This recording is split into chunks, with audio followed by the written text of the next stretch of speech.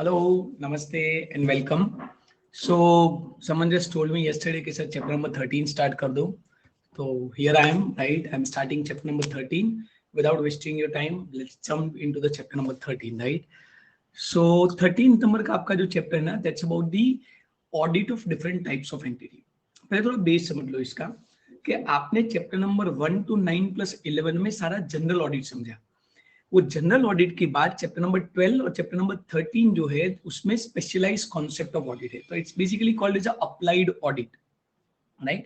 और applied audit की तरह जो आपका चैप्टर नंबर 13 है उसकी तरह सारी अलग अलग एंटिटीज के बारे में ऑडिट है. So it talks about the different types of entities, right?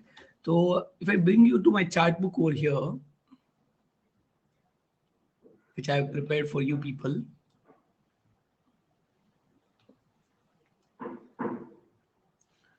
So basically this is your chapter number 13. तो मैं है ना अपनी तरीके से चैप्टर नंबर 13 को मेजरली 4 ब्रॉड पार्ट में डिवाइड करता हूँ, राइट? सो आपको भी समझना है, लास्ट टाइम पे जब चैप्टर नंबर 13 आप रिवाइज कर रहे हो, make sure you divide and you understand the basic concepts of chapter number 13 into 4 major part. एक पार्ट है जहां पे आप सारी कॉमन एंटिटीज के बारे में बात करोगे. So what are the common entity? Hospital हो गया, एजुकेशन इंस्टीट्यूट हो गया, क्लब हो गया, सिनेमा हो गया. ये सारी ऐसी एंटिटी है जिसमें common points of auditing will be applicable. तो मैं जनरली ना 7 स्टेप्स ऑफ ऑडिट के बारे में बात करता हूँ, audit of revenue, audit of expenditure. तो वहां पे जनरल कंसेप्ट्स चलेंगे. फिर दूसरे में कुछ स्पेसिफिक एंटिटीज है जिसके बारे में हम बात करेंगे, जैसे इंडिविजुअल है, प्रोप्राइटर्स के ऑडिट के बारे में बात है, जैसे पार्टनरशिप के ऑडिट के बारे में बात है, जैसे बेसिकली एलएलपी के ऑडिट के बारे में बात है, हायर परचेज ट्रांजैक्शंस के बारे में बात है, राइट? तो 4 अलग अलग एंटिटी है जिसमें कुछ अलग अलग टॉपिक्स के बारे में डिस्कस किया गया है. तीसरा जो हम डिस्कस करते हैं, the third part of the same which we discuss is also called as audit of government entity, right? तो गवर्नमेंट एंटिटी के जो ऑडिट का कंसेप्ट है that is the third part. या तो मॉड्यूल में से पढ़ोगे तो that is the first part actually. तो उसमें सारे गवर्नमेंट एंटिटी के ऑडिट के बारे में बात है, सीएजी के बारे में बात है, right? Controller and audit general of India के बारे में बात है. So that's the third part. और चौथा आपका जो मेजर पार्ट है that is a cooperative society audit. Again cooperative society audit की बात करता हूं तो there is a what you call as a central act also, there is a multi-state cooperative societies act also. तो 4 major part, government audit, different types of entity, 4 specific तरीके की चीजें, and then we have cooperative society. Cooperative society में भी we have 2 part, one which we call as like a central act and other which we call as a multi-state cooperative societies act. मेरी बात ध्यान से सुनना, जितने भी लोग दिसंबर के लिए अपीयर हो रहे हैं ना, मेरी बात ध्यान से सुनना. मैंने ये ऑलरेडी इंपॉर्टेंट क्वेश्चन के लिस्ट में ये बताया हुआ है, but because we are revising it I am just trying to recall you that, right? कि जुलाई का अभी जो लेटेस्ट पेपर गया है उसमें chapter number 13 more than 13 mark का पूछा है. Because why I am saying more than 13, क्योंकि एमसीक्यू में कितना पूछा हो तो पता ही नहीं. विदाउट एमसीक्यू 13 मार्क का पूछा है.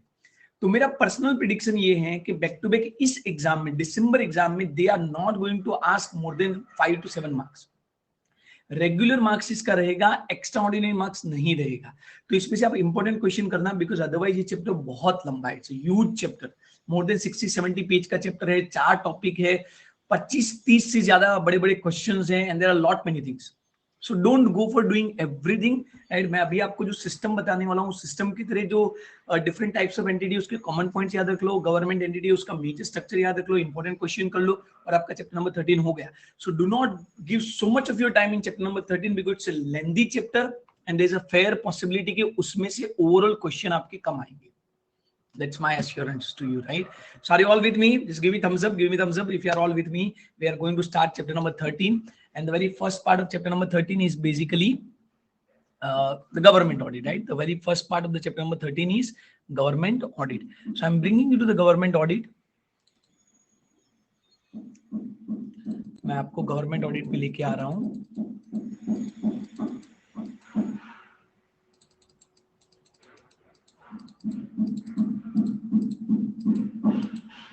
Yeah, so this is government audit, right? This is all about government audit. Government audit जो है ना, उसमें आप basically government audit को मैं basically government audit को 3 मेजर पार्ट में डिवाइड करता हूँ. सबसे पहला जो पार्ट है वो रोल ऑफ सीएजी के बारे में. तो controller and audit general of India का लीगल फ्रेमवर्क क्या है, उसका कॉन्स्टिट्यूशनल रिक्वायरमेंट क्या है, और उसके इंडिपेंडेंस के बारे में कुछ बातें की गई है, right? So that's about the background, that's about the CAG. जब भी गवर्नमेंट ऑडिट की बात आती है, government audit is govern by CAG. अच्छा, अभी अगर हम सीएजी की बात करते हैं तो दो मेजर एस्पेक्ट हमें समझने हैं, rights of the CAG and duties of the CAG. Rights of the CAG and duties of the CAG. Right के बारे में बात करता हूं तो सीएजी को दो जगह से राइट मिलते हैं। एक उसका खुद का कायदा है, controller and auditor general of India act 1971, और एक उसको कंपनीज एक्ट से पावर मिलते हैं। कंपनीज एक्ट का पावर का सेक्शन कौन था, राइट ड्यूटीज का सेक्शन कौन सा था, 143। तो दो जगह से उसको राइट्स मिलते हैं। दो मेजर तरीके की उसकी ड्यूटीज है। एक, उसको सारा जो अकाउंट बनता है गवर्नमेंट के अलग अलग डिपार्टमेंट में, जितना भी अकाउंट बनता है उस सारे अकाउंट को कंपाइल करने का काम किसका है, सीएजी का। और कंपाइल करने के बाद ऑडिट करने का काम किसका है, सीएजी का। तो तीन major part, are you all with me? तीन मेजर पार्ट। सबसे पहले सीएजी, उसका रोल, उसका इंडिपेंडेंस। दूसरा राइट्स ऑफ द सीएजी। तीसरा ड्यूटी ऑफ द सीएजी। सबसे पहला जो रोल है उसमें तीन क्वेश्चन या तो तीन मेजर पार्ट, राइट उसमें दो मेजर पार्ट, ड्यूटी उसमें दो मेजर पार्ट, मतलब 7 मेजर टॉपिक आपको डिस्कस करने हैं। और वो जो 7 मेजर टॉपिक है उसमें ड्यूटी माने उसमें भी ऑडिट, और ऑडिट में 5 मेजर ड्यूटी, ऑडिट में 5 मेजर ड्यूटी, राइट। और वो 5 ड्यूटी जो है उसमें सबसे पहली ड्यूटी जो है दैट्स ऑडिट ऑफ एक्सपेंडिचर। और एक्सपेंडिचर ऑडिट में again there are 5 things. Expenditure audit में again there are 5 things, right. So that's all about government audit. सबसे पहले अगर मैं इसमें आपको बात बताऊं तो लीगल फ्रेमवर्क की तरह यहाँ पे ये लिखा गया है, if you see over here, तो अपने कुछ अच्छा सा पेन ले लेते हैं। लीगल फ्रेमवर्क की तरह आपको ये लिखा गया है कि जब गवर्नमेंट ऑडिट की बात आती है तो इंडिया में गवर्नमेंट ऑडिट को गवर्न कौन करता है, सीएजी। अच्छा, उसके बाद कॉन्स्टिट्यूशनल फ्रेमवर्क आपको याद रखना है, 3 आर्टिकल हमारे इंडियन कॉन्स्टिट्यूशन में, 3 different articles are there that governs the constitution और गवर्न्स द सीएजी। एक आर्टिकल 149, एक आर्टिकल 150 और एक आर्टिकल 151। 149 ये बोलता है कि देखो यहाँ पे लिखा है, CAG shall perform duties and exercise the powers in relation to the accounts of union and state. Union and state के अकाउंट्स के रिलेटेड सारी ड्यूटी किसकी, सीएजी की। पर किसने बोला, article 149। Article 149 specifically prescribe that when it comes to the accounts of the union and state, it is all the responsibility will rest with the controller and auditor general of India. Article 150 बोलता है कि ये जो union of accounts है shall be kept in such a form, मतलब कि ये इसका फॉर्मेट कैसा होगा, बैलेंस शीट में हम बोलते हैं ना शेड्यूल 3, तो सीएजी की तरह इसका फॉर्मेट क्या रहेगा, that is also given by article 150। और उसका रिपोर्टिंग किसको करने का, सीएजी जो है वो अपना रिपोर्ट किसको करेगा, प्रेसिडेंट को करेगा या तो गवर्नर को करेगा। तो रिपोर्टिंग जो है वो किससे गवर्न होता है, article 151। 149 duty of accounts and audit, 150 format to be decided by CAG in consultation with the president, or to be decided by president in consultation with CAG, right? And 151 basically reporting is to be done to the president or governor. तीसरा independence की बात करते हैं। देखो independence, बंदा independent कैसे होता है, इंडिपेंडेंस के लिए दो चीज चाहिए, एक आपके पास पावर चाहिए, एक आपके पास पैसा चाहिए। जिसके पास पावर और पैसा दोनों है वो क्यों गलत करेगा। तो by this provisions the attempt has been made to basically give the power and position to CAG. So first power की बात करते हैं। पावर की तरह ये समझने का, सीएजी का अपॉइंटमेंट प्रेसिडेंट ऑफ इंडिया करते हैं, लेकिन अगर आपको सीएजी को रिमूव करना है, सुनना मुझे ध्यान से, लेकिन अगर आपको सीएजी को रिमूव करना है तो both the house of parliament की अप्रूवल चाहिए, majority sorry the special majority चाहिए, मतलब 2/3 अप्रूवल चाहिए, और वो भी on certain grounds of misbehaviour ही उनको रिमूव किया जा सकता है। सेकंड, पैसों की बात करते हैं, राइट। पैसों की तरह लोग बोलते हैं कि CAG of India will get the same remuneration, terms and conditions and the perquisite as of जज ऑफ सुप्रीम कोर्ट। तो एक सुप्रीम कोर्ट के जज को जितना सहूलियत मिलता है वो सारी चीजें किसको मिलेगी, सीएजी को, right. So that is the third part. Now coming back to the rights. Rights के तरह दो चीजें, एक है उसका सीएजी एक्ट के तरह राइट, और दूसरा है उसका like the other one is basically from the companies act। CAG act के तरह 4 मेजर ड्यूटी याद रखने का, कि वो कोई भी तरह की इंफॉर्मेशन मांग सकता है, जस्ट लाइक एक जनरल ऑडिटर की क्या राइट होते हैं, राइट। तो थोड़ा दिमाग भी लगाने का, ये सारे क्वेश्चन लास्ट टाइम पे नहीं पढ़ के जाओ ना, तो भी थोड़ा कॉन्सेप्चुअली सोचने का कि एक ऑडिटर की जब हम बात करते हैं तो ऑडिटर के क्या राइट हो सकते हैं। ऑडिटर का राइट होता है right to get information explanation, right, right to inspect any person, right, put any inquiry as he requires। तो वही सारे राइट जनरल जो एक सीए की राइट होते हैं वो सीएजी एक्ट की तरह सीएजी को भी दिए गए हैं। Second part of the same is the companies act. Companies act की तरह 3 सबसेक्शन याद रखना, सेक्शन तो आपको पता है 143 की तरह सबसेक्शन 5 है, सबसेक्शन 6 है और सबसेक्शन 7 है। 143 की तरह सबसेक्शन 5 है, सबसेक्शन 6 है और सबसेक्शन 7 है। सबसेक्शन 5 बोलता है कि सीएजी जो है उसके पास right to direct the manner of audit है। तो ऑडिट कौन करता है कंपनी का? Chartered accountant. लेकिन वो चार्टर्ड अकाउंटेंट गवर्नमेंट कंपनी में ऑडिट कैसे करेगा, उसका मैनर डिसाइड करना, उसकी प्रोसीजर डिसाइड करना, that right has been given to CAG. अभी वो मैनर डिसाइड करने के बाद सीए अपने तरीके से ऑडिट करेगा। सीए अपना रिपोर्ट किसको देगा? सीएजी को। सीएजी के पास राइट है कि उस रिपोर्ट के ऊपर विद इन 60 डेज कमेंट या तो सप्लीमेंट कर सकता है। आई एम रिपीटिंग, सीएजी के पास राइट है कि उस रिपोर्ट के ऊपर कमेंट या तो सप्लीमेंट कर सकता है। इसका मतलब क्या हुआ कि सबसेक्शन 6 बोलता है राइट टू कमेंट और right to supplement the report.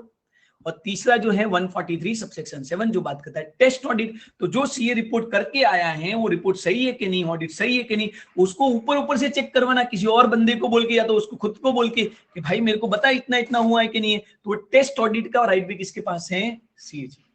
तो कंपनीज एक्ट के तहत सेक्शन 143 के तहत सीएजी को 3 राइट दिए गए हैं। सबसे पहला manner of direction, second point supplement और कमेंट। सप्लीमेंट मतलब एडिशनल ऑडिट, कमेंट मतलब बताना, और तीसरा बेसिकली जो है that is about the what you call as the test audit. Then coming to the duties part of the CAG. तो CAG की जो मेजर ड्यूटी है उसमें क्या है? कंपाइलेशन। ध्यान रखना, जितने भी गवर्नमेंट के डिपार्टमेंट्स होते हैं, हर एक डिपार्टमेंट में account is one of the department, सभी डिपार्टमेंट का कंपाइल करके एक फाइनल स्टेटमेंट बनाने का काम किसका है? सीएजी का। समझना, तो सीएजी अकाउंट्स लिखते नहीं है। So CAG is not the one who will write the account, right? CAG is the one who basically compile all the account of the different accounts department, right? And then he will come out with the final format, the balance of payment, right? Of the union and government की भी आपका ये साल के and का हिसाब ये है। अच्छा, पर ये अकाउंट लिखा तो किसी और ने था, तो जब किसी और ने लिखा है उन्होंने सही लिखा है कि नहीं लिखा, वो ऑडिट भी कौन करता है? CAG। तो CAG in the process of compilation also audit का भी सारा काम कौन करेगा? CAG। अच्छा, ऑडिट के तरह 5 मेजर हेड आपको याद रखने हैं। एक है expenditure audit which is the major part. जब भी सीएजी की बात आती है expenditure audit is the major part. दूसरा है ग्रांट एंड लोन का ऑडिट होता है। तीसरा होता है रिसिप्ट का ऑडिट होता है। चौथा होता है स्टोर्स एंड इन्वेंट्री का ऑडिट होता है। और पांचवा होता है गवर्नमेंट कंपनी और कॉर्पोरेशन का ऑडिट होता है। एक्सपेंडिचर ऑडिट में भी अगर आप देखोगे तो मेजर पार्ट जो है rules and order, sanction, provision अगर fund, proprietary audit and performance audit. पहली बात करते हैं rules and order. Government department, हम बोलते हैं ना red tapism, right? Government department में हर एक जगह के हर एक चीज के खर्चे करने के रूल्स है। तो as simple as that, as a CAG and as a person of CAG when you will go there, you will check that इसका रूल है। अच्छा, बोले 25,000 का खर्चा किया, रूल है। अच्छा, 50,000 रूल है। Every expenditure that has been made must be supported by the rule. So, इसको बोलते हैं audit against rules, whether the rules are there for the expenditure. अगर रूल के तरीके से खर्चा किया बिंगो, अगर रूल के तरीके से नहीं खर्चा किया तो गलत है। Second, audit of sanctions. हर एक खर्चा करने के लिए कोई ना कोई की अथॉरिटी अप्रूवल लेनी पड़ती है, तो whether required approval have been taken, yes, bingo. तीसरा, audit against provision of fund. हर एक खर्चे के रिलेटेड बजट बनाए जाते हैं, तो क्या वो बजट के अकॉर्डिंगली है? बिंगो, खत्म। चौथा है प्रोप्राइटरी ऑडिट। प्रोप्राइटरी ऑडिट का मतलब होता है कहीं वेस्टफुल तो नहीं है ना, क्योंकि गवर्नमेंट का जो जितना भी इनकम का सोर्स है वो क्या है? Public money. तो public money may be wasted, so as a CAG you ensure that the public money has not been wasted, right? तो खर्चा गलत नहीं होना चाहिए, जो कोई भी खर्चा किया वो जरूरी होना चाहिए, राइट? खर्चा सही यूजफुल होना चाहिए। So in any way that's a proprietary audit. In the proprietary audit which is one of the unique feature of the government audit, you try to see that whatever expenditure was made was actually required or not. If it was not required, if it was extravagant, right, then in that case it becomes a part of query of CAG report. And then finally we talk about the performance audit. Performance audit में हम 3 बातें करते हैं: economy audit, efficiency audit and the effectiveness audit, right? efficiency का मतलब होता है given time में हुआ कि नहीं हुआ। effectiveness का मतलब होता है कि बेसिकली जितनी भी चीजें हैं वो, इसको हम बोलते हैं ना कि उसके प्रॉपर रिजल्ट हमको मिले कि नहीं, whether it was able to yield the result और नॉट। और तीसरा बेसिकली हम बोलते हैं इकोनॉमिकल, मतलब कि कहीं एक लेवल से ज्यादा खर्चा तो नहीं किया है, right? So that's about the CAG. अगर आप इसके नेक्स्ट पेजेस में देखते हो तो मैंने सारी चीजें डिटेल में भी लिखी हुई है। ये सारे एक्सपेंडिचर ऑडिट के 5 मेजर पार्ट हैं। आप चाहो तो इसका पिक्चर ले सकते हो, right? You can pause the video later on and take the picture. फिर ऑडिट ऑफ एक्सपेंडिचर की जो 5 मेजर हेड है, जिसमें मैंने बोला हुआ है स्टूडेंट्स को कि ये प्रोप्राइटरी ऑडिट और परफॉर्मेंस ऑडिट जो है वो इंपॉर्टेंट क्वेश्चन है, right? So that you should do. Then if you move forward from here, so that's all about government audit, right? Now I'm moving to the second major part of your audit, and that's a general types of entity. उसमें मैंने student को बोला है कि बहुत ज्यादा याद रखो, उससे अच्छा है इतने 8 या 9 10 पॉइंट है ना, उसको आप याद रख लेना है। तो आपको चैरिटेबल इंस्टीट्यूट बोलते हैं, नॉट फॉर प्रॉफिट ऑर्गेनाइजेशन बोलते हैं, होटल बोलते हैं, सिनेमा बोलते हैं, क्लब बोलते हैं, एजुकेशन इंस्टीट्यूट बोलते हैं, एनजीओ बोलते हैं, कुछ भी पूछे। सबसे पहला क्वेश्चन पूछो कि कोई भी एंटिटी में ऑडिट करने जाते हैं तो सबसे पहला क्या होता है, there are steps to understand the entity. आप उसका एनवायरनमेंट देखोगे, आप उसका कॉन्स्टिट्यूशन डॉक्यूमेंट देखते हो, and that's a reality, right? आज मैं भी किसी की ऑडिट करने जाता हूं तो मैं देखता हूं कि उसका ऑर्गेनाइजेशन का स्ट्रक्चर क्या है, कंपनी है कि नहीं है, तो कंपनी से एक लागू पड़ेगा, एनजीओ है तो ट्रस्ट एक लागू पड़ेगा, तो कायदा फॉलो किया कि नहीं किया, वो भी एक चीज देखनी होती है। So the very first thing is few common point with respect to the understanding of entity. The second major part is understanding the internal control. तो आप देखो कि कहीं इन्होंने कोई सिस्टम बनाई कि नहीं बनाई है, राइट? एग्जिस्टिंग कोई कंट्रोल्स रखे हैं कि नहीं रखे हैं, अकाउंटिंग सिस्टम प्रॉपर है कि नहीं है, अकाउंटिंग सिस्टम के तरह सारी चीजें सही तरीके से जा रही है कि नहीं जा रही है, right? So that's where you basically talk about the internal control. Internal control के बाद जो मेजर पॉइंट है ना, that is very important, right? Internal control के बाद जो मेजर पॉइंट है, that is very important, that's audit of revenue item और रेवेन्यू इनकम। मैं चैप्टर नंबर 9 आपको रिवाइज करवाऊंगा तो बताऊंगा, चैप्टर नंबर 9 में सारी डिटेल है, उसी का समराइज वर्जन आप यहाँ पे डिस्कस करते हो कि रेवेन्यू जो पीएनएल है, प्रॉफिट है, राइट, जो मेजर सोर्स ऑफ इनकम है वो सही है कि नहीं। तो उसमें भी आप देख लो, मेन इनकम क्या था, अदर इनकम क्या है, एंसिलरी इनकम क्या है, मेन इनकम का सोर्स क्या था और वेरीफाइड हो रहा है कि नहीं वो चेक करो। जैसे बोलता हूँ क्लब, तो क्लब के लिए मेन इनकम क्या पता है, मेंबरशिप फीस। तो देखो मेंबरशिप फी को प्रॉपर रिकॉर्ड करते हैं कि नहीं करते, मेंबरशिप फी टैली हो रही है कि नहीं हो रही, नंबर ऑफ मेंबर के accordingly membership fee exactly match हो रही है कि नहीं हो रही है। लेकिन आप एजुकेशन इंस्टीट्यूट की बात करोगे तो उसका मेजर सोर्स ऑफ इनकम क्या है, स्टूडेंट फीस। और अगर आप बेसिकली एनजीओ की बात करते हो तो उनका मेजर सोर्स ऑफ इनकम क्या है, सब्सक्रिप्शन, डोनेशंस। तो डोनेशन की रिसिप्ट होगी कि 50 लोगों से डोनेशन मिला, 50,000 का डोनेशन मिला, तो 25 लाख रुपया मिला है कि नहीं मिला है, नहीं मिला है तो घपला हो रहा है, प्रॉब्लम हो रहा है। So check whether the main income is correct or not. Check whether you are able to verify the main income with the supported documents or not. Once you are done with the main income, हर एक इस तरीके की जो entity है ना, उनकी कुछ other income होती है लाइक रेंट, उनकी कुछ अदर इनकम होती है लाइक इंटरेस्ट एंड डिविडेंड, उनकी कुछ अदर इनकम होती है लाइक डोनेशंस, गवर्नमेंट ग्रांट्स, तो उसके बारे में आप बात कर सकते हो। Then you can talk about the audit of expenditure. मेरे को बताओ होटल, तो क्या होटल को इलेक्ट्रिसिटी का खर्चा आता है? आता है। मेरे को बताओ स्टाफ एक्सपेंडिचर, तो क्या मुझे बताओ एजुकेशन इंस्टीट्यूट को स्टाफ एक्सपेंडिचर होता है कि नहीं होता है? होता है, राइट? मेरे को बताओ कि डेप्रिसिएशन, हाँ, आज अगर हम बात कर रहे हैं एजुकेशन इंस्टीट्यूट की, क्लब की, सिनेमा की, मेरे को बताओ सिनेमा का अगर खुद का बिल्डिंग है तो डेप्रिसिएशन लगेगा कि नहीं? सबको लगता है बाबा, these are common expenditure, right? So you talk about rent expenditure, you talk about electricity, you talk about staff expenditure, right? These are common expenditure. You need to check whether these expenditure are correctly recorded or not. Then you talk about audit of assets, and then you talk about audit of liability. Assets की जब भी बात आती है, 3 major assertion हम check करते हैं। asset की जब भी बात आती है, 3 मेजर assertion हम चेक करते हैं। That is a ownership, existence and valuation. तो देखो ओनरशिप माने कि कंपनी के नाम का है कि नहीं है, एग्जिस्टेंस मतलब सच में वहां पे जाके देखो कि एग्जिस्ट करता है कि नहीं करता है, और वैल्यूएशन माने कि टोटल जो वैल्यू उन्होंने दिखाया है वो सही है कि नहीं, after depreciation the valuation is correct और नॉट। तो आपको क्या करना है, 6 मेजर पॉइंट मैं आपको बता रहा हूं। कोई भी अलग अलग तरीके की एंटिटी आए, पहले उस एंटिटी के अंडरस्टैंडिंग के 2 पॉइंट लिखो, कंट्रोल के 2 पॉइंट लिखो, रेवेन्यू के 2 पॉइंट लिखो, रेवेन्यू में मेन इनकम के बारे में लिखो, अदर इनकम के बारे में लिखो, एक्सपेंस के 2 पॉइंट लिखो, इनकम के 2 पॉइंट लिखो, असेट्स के 2 पॉइंट लिखो, लायबिलिटी के 2 पॉइंट लिखो। 6 के मेजर 2-2 पॉइंट लिखोगे ना तो भी 12 पॉइंट हो गए। 4 मार्क से बड़ा आपका क्वेश्चन नहीं आता है। 12 पॉइंट लिख दिया, मोर देन इनफ, खत्म हो गया। तो अलग अलग मॉड्यूल में घुसोगे नहीं तो भी चलेगा। This is a simple methodology by which you can do all different types of entity except 3, क्योंकि उसमें अलग है। तो देखो आगे कौन सी चीज है। तो सबसे पहले बात करते हैं सोल ट्रेडर। सोल ट्रेडर में सिर्फ 4 बातें याद रखो, सोल ट्रेडर खत्म आपका। कौन सी 4 बातें? एक तो सोल ट्रेडर को गवर्निंग कोई कायदा ही नहीं है हमारे यहाँ पे, तो उसका अपॉइंटमेंट कौन करेगा? Soul trader. अच्छा, उसका स्कोप कौन डिसाइड करेगा? Soul trader. तो कल जाके क्योंकि कोई लॉ नहीं है गवर्निंग, तो एज अ ऑडिटर कंफ्यूजन आने के चांस है। तो you should ensure that the scope, that the letter of engagement has been taken in writing.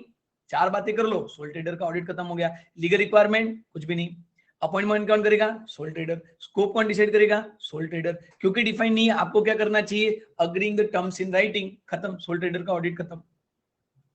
साथ साथ उसके एडवांटेजेस की बात करते हो तो सोल ट्रेडर के एडवांटेजेस की बात करो, पार्टनरशिप के एडवांटेजेस की बात करो, एलएलपी के एडवांटेजेस की बात करो। ये सेम है जो हमने चैप्टर नंबर 1 में समझा था।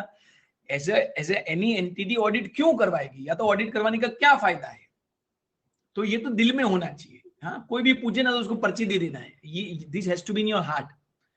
It is not a question, right, it is something that you will live up to, right, this is audit. तो ये तो आपको आना ही चाहिए। ये क्वेश्चन की तरह आए कि नहीं आए, you should understand what is the advantage of audit. And finally we move back to the partnership.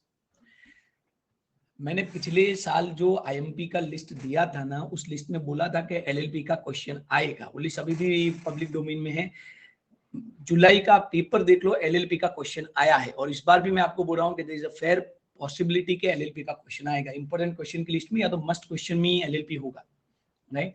तो एलएलपी आपको करके जाना है प्रॉपर तरीके से, उसमें से छोटा क्वेश्चन आने का पूरा चांस है। पर पहले पार्टनरशिप समझ लेते हैं। तो पार्टनरशिप में ऑडिटर का अपॉइंटमेंट कौन करते हैं? मेजॉरिटी ऑफ पार्टनर्स करते हैं। रेम्युनरेशन कौन डिसाइड करता है? मेजॉरिटी ऑफ पार्टनर्स डिसाइड करते हैं। और लेटर ऑफ अपॉइंटमेंट, क्योंकि यहाँ पे भी स्कोप डिफाइन नहीं होता है, it is better that you take the letter of appointment.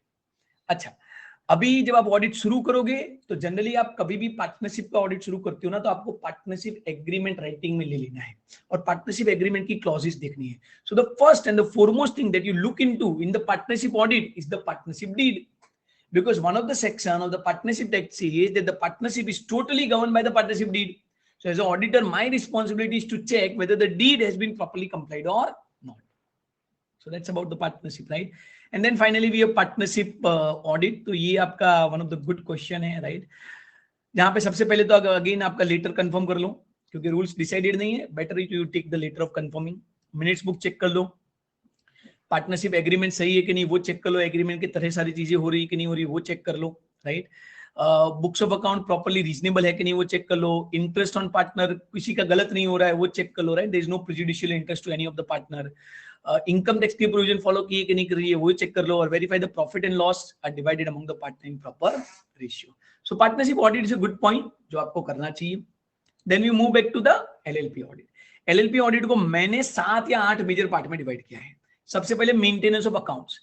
Partnership में कोई रूल नहीं है जो बोलता है उनको कंपलसरीली अकाउंट्स मेंटेन करने हैं। इनकम टैक्स एक्ट का सेक्शन 44 ए बी है जो बात कर रहा है कि भाई आपको बुक्स ऑफ अकाउंट मेंटेन करने हैं, एक लिमिट से ज्यादा होता है। पार्टनरशिप एक्ट कुछ नहीं बोलता है, जबकि एलएलपी में तो एलएलपी एक्ट बोलता है कि जो एलएलपी है उनको कुछ तरीके की बुक्स ऑफ अकाउंट मेंटेन करने के। कौन से तरीके के? सेम है section 128 of the companies act. हाँ, जहां पे आपको sum of money received and expended पता चले, असेट्स और लायबिलिटी के बारे में पता चले, इनकम और एक्सपेंडिचर के बारे में पता चले, और कॉस्ट रिकॉर्ड के बारे में पता चले। तो ये 4 तरीके की चीजों के रिकॉर्ड्स आपको मेंटेन करने हैं। फिर ऑडिट, तो रूल 24 याद रखने का। रूल 24 बोलता है कि अगर कैपिटल कंट्रीब्यूशन 40 लाख से ज्यादा है, सॉरी, अगर टर्नओवर 40 लाख से ज्यादा है, या तो कैपिटल कंट्रीब्यूशन 25 लाख से ज्यादा है, कैपिटल कंट्रीब्यूशन 25 से ज्यादा, टर्नओवर 40 से ज्यादा, दोनों में से कोई एक भी कंडीशन बढ़ी तो उन एलएलपी को कंपलसरी ऑडिट करवाना है। As contrast to the company, company नाम से audit compulsory. As contrast to the LLP, LLP में टर्नओवर और कैपिटल अगर एक लिमिट से ज्यादा 25 और 40 तो ऑडिट करवाने का, बाकी ऑडिट नहीं करवाने का। अगर ऑडिट करवाना होता है तो ऑडिटर का अपॉइंटमेंट कौन करेगा? Designated partner. डेजिग्नेटेड पार्टनर नहीं कर पाए तो कौन करेगा? All the partners. जैसे कंपनी में डायरेक्टर और शेयर होल्डर्स, यहाँ पे designated partner and other partners. ठीक है, फिर कुछ फॉर्म फाइल करने होते हैं, इसी के ऊपर पिछली बार क्वेश्चन आया था और क्वेश्चन आ सकता है। 2 मेजर फॉर्म भरने होते हैं, form number 11, form number 8। Form number 11 का डेट याद रखना है, 8 का डेट याद रखना है। एक आपका अकाउंट का फॉर्म है, दूसरा आपका सॉल्वेंसी का फॉर्म है। दोनों फॉर्म आपको भरने पड़ते हैं, एक एनुअल अकाउंट, एक basically the solvency account. Then just like companies, यहाँ पे सारे पावर किसके पास है? रजिस्ट्रार के पास है। So who is the governing authority in LLP? Registrar, right. फिर एडवांटेजेस की बात की एंड फाइनली ऑडिटर के तरह आपको 4 मेजर बातें देखनी है। तो अगर they ask you audit of LLP, there are 4 major things that you check. कौन सी 4 बातें देख सकते हो आप? एंगेजमेंट लेटर आपने प्रॉपर्ली ले लिया है, एग्रीमेंट की तरह सारी चीजें हो रही है, राइट, प्रॉपर मिनट्स बुक और सारी चीजें बनाई है, एंड कुछ रिपोर्टिंग कॉन्सेप्ट्स है। तो 4 मेजर बातें आप देखते हो। हायर परचेज का एक टॉपिक है, मेरे इस चार्ट बुक में नहीं इंक्लूड किया है मैंने, क्योंकि हायर परचेज जो पूरा टॉपिक है वो आपके एस 19 का पार्ट है, आपके अकाउंट में आ जाता है, तो मैं जनरली इसको यहाँ पे नहीं इंक्लूड करता हूँ, बट आप लास्ट टाइम पे ऑडिट पढ़ के जा रहे हो तो हायर परचेस वाला टॉपिक आपको देख के जाना है. It's a good question also. And finally moving back to the cooperative society audit, right? So you can see the major part of the cooperative society audit, it is divided into two major part. The first part is basically the Central Act, the second part is basically the Multi-State Cooperative Society Act. ध्यान रखना, multi state cooperative society act is more और less similar to the companies act. तो companies act के साथ साथ ही multi state है ना, बाजू में लिख देने का कि एमएससीएस में ये चेंजेस है, तो आपको समझ में आ जाएगा, right?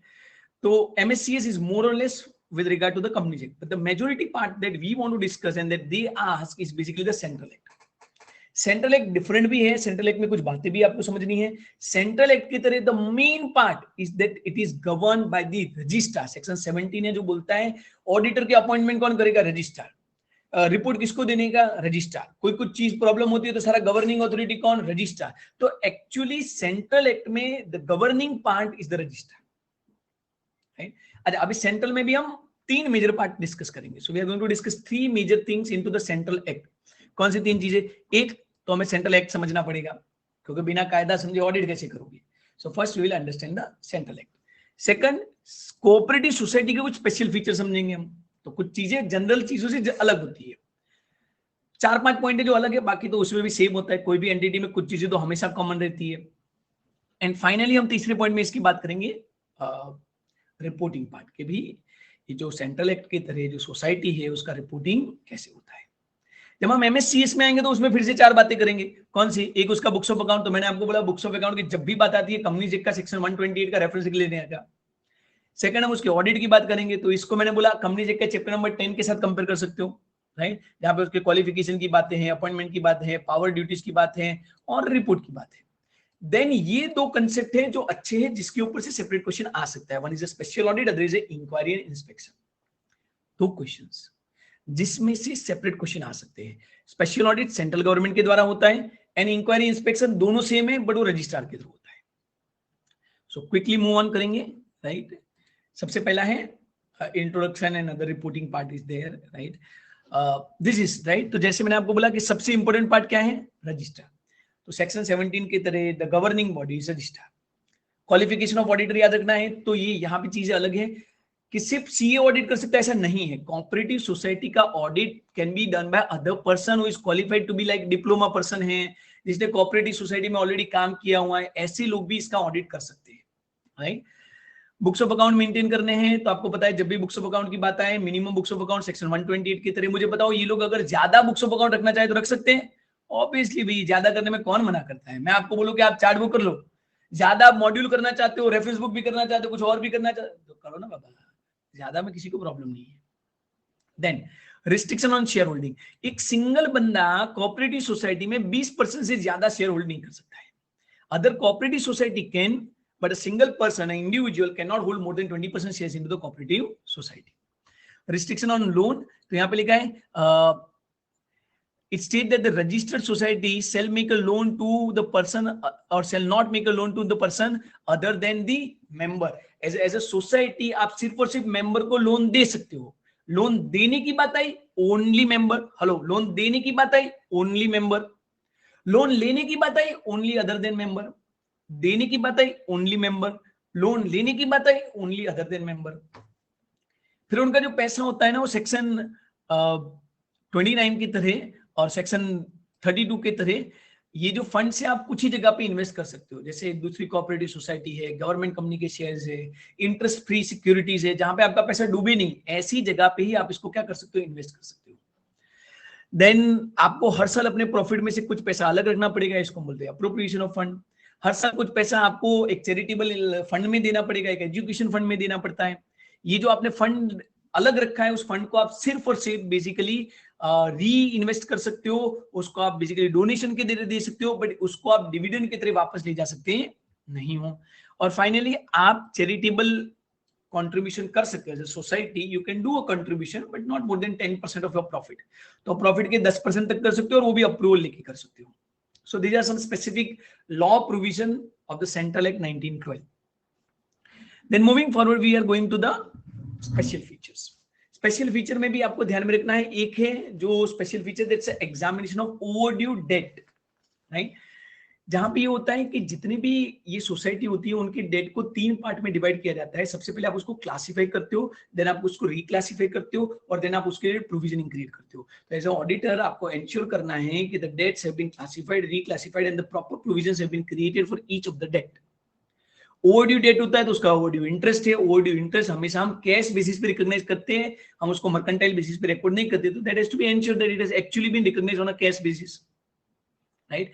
Certificate of bad debt लेना पड़ता है, तो before any society put a bad debt as a bad debt, they have to take a certificate of the managing person और the chartered accountant. If that certificate is there, then and only then they can like keep a bed date. Right. फिर valuation of assets liability की बात है तो same point है, assets और liability का valuation.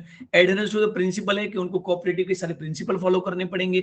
Observation of the provision of act है, इसीलिए हमने सारी एक्ट की प्रोविजन पढ़ी कि एज ए ऑडिटर आपको चेक करना है कि कायदे की सारी प्रोविजंस फॉलो की है या नहीं की है, right. And then verification of members register है, उनका मेंबर का एक रजिस्टर बनता है जिनको आपको वेरीफाई करना पड़ता है. छोटी मोटी जो लोन्स दी होती है तो सही दी है कि नहीं दी वो हम चेक करते हैं, राइट. एक स्पेशल रिपोर्ट का पॉइंट है, दिस इज सेपरेट पॉइंट जो अलग से आ सकता है कि अगर कुछ गलत हो रहा है, राइट, जैसे 4 पॉइंट है, पर्सनल प्रॉफिटिंग हो रहा है, राइट, या तो फ्रॉड डिटेक्ट होता है, या तो बेसिकली मैनेजमेंट के तरह इम्प्रॉपर मैनेजमेंट हो रहा है, या तो बेसिकली रेकलेस एडवांसिंग दिया है, या तो इन डिसप्रपोर्शनेट लोन दिया है, तो ऐसे सारे केसेस में आपको स्पेशली रजिस्ट्रार को रिपोर्ट करना पड़ता है.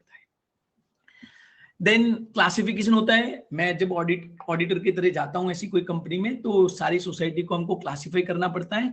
एंड देन ये मैं फाइनल रिपोर्ट जो रजिस्ट्रार को देता हूं उसके पहले वो रिपोर्ट जो है वो मुझे डिस्कस करना पड़ता है मैनेजिंग कमिटी और बोर्ड मेंबर के साथ, और उसके बाद ही फाइनल रिपोर्ट में किसको देता हूं, रजिस्ट्रार के साथ. अच्छा, ऊपर वाले पेज में रिपोर्टिंग भी था. 3 तरीके की रिपोर्टिंग आपको ध्यान में रखनी है. एक जनरल रिपोर्ट है, एक ऑडिट मेमो है, और एक रिपोर्ट इन नरेटिव फॉर्म है. ये मेमो और नरेटिव फॉर्म अच्छे क्वेश्चन है. तो ऑडिट मेमो की तरह आप है ना एक चेकलिस्ट बनाते हो जिसमें बेसिकली सारे, so these are like 2 sets of questionnaires. तो एज ऑडिटर में क्वेश्चनर भरता हूं कि ये हुआ कि नहीं हुआ, ये हुआ कि नहीं हुआ, ये था कि नहीं था, ये था कि नहीं था. तो that questionnaire is called as audit memo. और एक में बड़ा डिटेल में भी रिपोर्ट देता हूं, पार्ट 1 पार्ट 2 का, राइट, जहां पे मैं उनका ओवरऑल फंक्शनिंग सही था कि नहीं था, जो जिसके बेस पे मैं आगे जाके क्लासिफिकेशन करता हूं, राइट. तो ये नरेटिव रिपोर्ट भी जाता है, राइट. तो 3 major part, provision of the act, special feature of the cooperative society and the reporting. Provision of the act में 10 बातें, प्रोविजन ऑफ एक्ट में 13 बातें, स्पेशल फीचर में 10 बातें, और रिपोर्टिंग की तरह 3 बातें. तो 13 10 26 पॉइंट्स और 26 क्वेश्चन या तो मेजर पॉइंट्स तो आपके सिर्फ सेंट्रल एक्ट में, फिर आपके एमएससीएस में, फिर आपका गवर्नमेंट ऑडिट, फिर आपका डिफरेंट टाइप्स ऑफ एंटिटी, फिर आपका एलएलपी और सारी चीजें. इसलिए मैं बोलता हूँ 13 इज अ ह्यूज चैप्टर. अभी 13 प्रॉपरली अगर मेरे साथ कर रहे हो तो आज ही बैठ जाओ, कर दो. लास्ट के दिन पे सिर्फ इंपॉर्टेंट क्वेश्चन करो. 13 में अपना दिमाग मत डालना, नहीं तो आधा दिन 13 में चला जाएगा, पता भी नहीं चलेगा. Are you all with me, right? So now we are finally moving to the MSCS, right. So books of account again same चीज है. सेक्शन 72 क्वालिफिकेशन, जैसे हमारा सेक्शन 141 है, ऑलमोस्ट सेम है. अपॉइंटमेंट हमारा सेक्शन 139 है, ऑलमोस्ट सेम है. General board direct करता है, फर्स्ट ऑडिटर का अपॉइंटमेंट बोर्ड करता है, सारे सब्सिक्वेंट ऑडिटर का अपॉइंटमेंट शेयर होल्डर्स करते हैं, तो सेम बात है. Power and duty of auditor भी सिमिलर है और कंटेंट ऑफ ऑडिट रिपोर्ट भी सिमिलर है, राइट. जो मैंने आपको बोला फर्क है वो ये वाली 2 चीजों पे है कि एक इंक्वायरी और ये क्या है.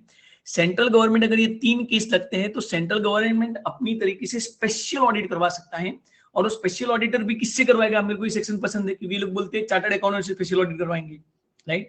अच्छा, ये स्पेशल ऑडिट की तरह सारे पावर्स किसके, गवर्नमेंट के. रिपोर्ट किसको जाएगा, गवर्नमेंट को जाएगा. गवर्नमेंट चाहे तो 4 महीने में इस रिपोर्ट के ऊपर कुछ कमेंट कर सकता है, कुछ एक्शन ले सकता है, और अगर गवर्नमेंट इसके ऊपर कोई रिपोर्ट नहीं, एक्शन नहीं लेता है तो ये रिपोर्ट सभी मेंबर को सर्कुलेट किया जाएगा, और फिर मेंबर जो चाहे वो डिसीजन ले सकते हैं. और फाइनली ये जो पूरी प्रोसीजर हो रही है उसका पैसा किसको भरने का, सोसाइटी को, भाई.